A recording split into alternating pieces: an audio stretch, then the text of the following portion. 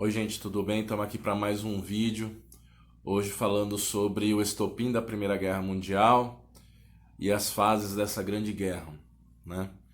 Bom, para falar do estopim, né, do pavio que levou à eclosão da Primeira Guerra Mundial, a gente precisa falar um pouquinho antes de um sentimento nacionalista chamado pan-eslavismo.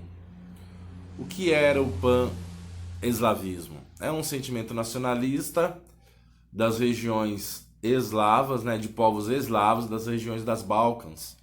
Né? Região esta que no período que a gente está estudando era ocupada, dominada pelo Império Austro-Húngaro, certo?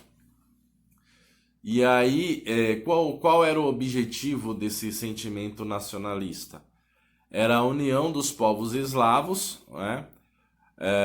A ideia de se formar uma grande Sérvia, né? E independente, tá?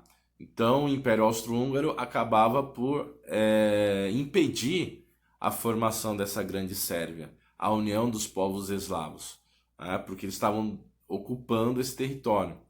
Né? Então o que vai acontecer? Em 1914, o príncipe Francisco Ferdinando vai fazer uma visita à Sérvia, né? Para demonstrar o poder do Império Austro-Húngaro sobre aquela região. E toda a região ocupada militarmente, ela tem resistência, né? Havia um grupo chamado Mão Negra que arquitetou um plano para eliminar o príncipe do Império Austro-Húngaro, que estava ocupando a terra deles lá.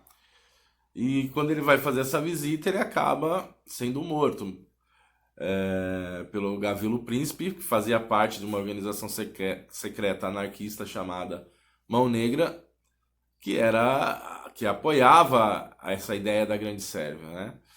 Bom, devido a esse fato, esse vai ser o grande estopim da guerra. Por quê? Aí a gente precisa levar em consideração várias coisas, né? Lembrando sempre do contexto neocolonialista, lembrando sempre das rivalidades imperialistas, né? E da agora política de alianças, como eu falei em uma aula anterior, tá? Então o que acontece? O governo do Império Austro-Húngaro vai declarar a Sérvia inimiga e declara guerra à Sérvia. Qual foi a grande questão aí? A Sérvia, por ser eslava, é uma aliada histórica dos russos, que no seu império, parte da população russa é eslava também, né? Então o que acontece? Os russos vão acabar declarando apoio à Sérvia, né? Nessa guerra contra os austro-húngaros. E aí a Alemanha, aí a gente já está naquele contexto da política de alianças, né?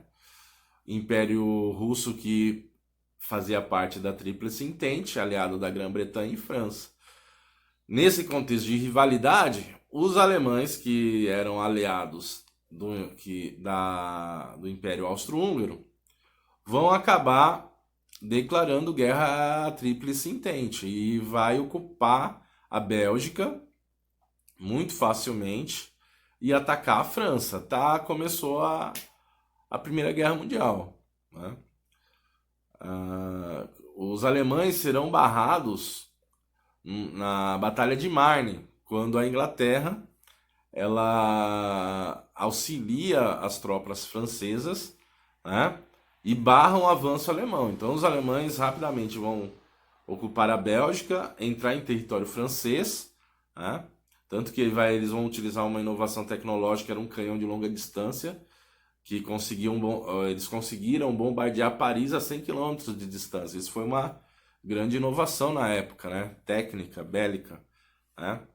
Na Batalha de Marne, então, na primeira Batalha de Marne, os ingleses, auxiliando os franceses, conseguem barrar o avanço alemão. Essa primeira parte da guerra, né, de mobilização, que a gente chama, essa primeira fase, né, é caracterizada pela preparação das tropas mesmo, alemãs, francesas, inglesas, e até a chegada em Marne, quando os alemães são barrados pelos ingleses e franceses, na famosa Batalha de Marne.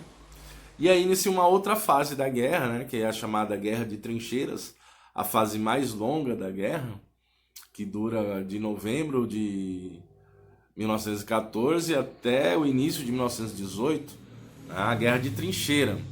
O que é uma trincheira? A trincheira é uma vala cavada até a altura mais ou menos do peito e queixo de um homem em pé, e ali os caras ficavam mantendo a posição. Nessa guerra de trincheiras, essa trincheira foi em Marne, né? Iniciada em Marne, né? Ela foi cavada do norte da França, do Mar do Norte, até a fronteira com a Suíça. São 640 quilômetros de trincheira para impedir o avanço alemão sobre o território francês, né? E ali vocês imaginam, os caras passaram anos lutando ali. Ali os caras faziam sua alimentação, suas necessidades básicas, os corpos se decompunham ali mesmo. Então era uma situação muito difícil, onde havia proliferação de várias doenças. Muita gente morreu por causa de doenças e não devido à ação da guerra propriamente dita, de tiro, né, ou explosões, e sim por doenças causadas a péssimas condições de higiene, né? Nessa guerra de trincheira serão utilizadas armas automáticas, metralhadoras, pistolas, arma química, todas as inovações desta Primeira Guerra Mundial, que vai fazer com que o número de pessoas de mortes sejam muito alto. Assim. Inicialmente, aquela ideia de que cada país tinha a sua tecnologia e que a guerra ia acabar rápido, foi por terra nessa guerra de trincheiras.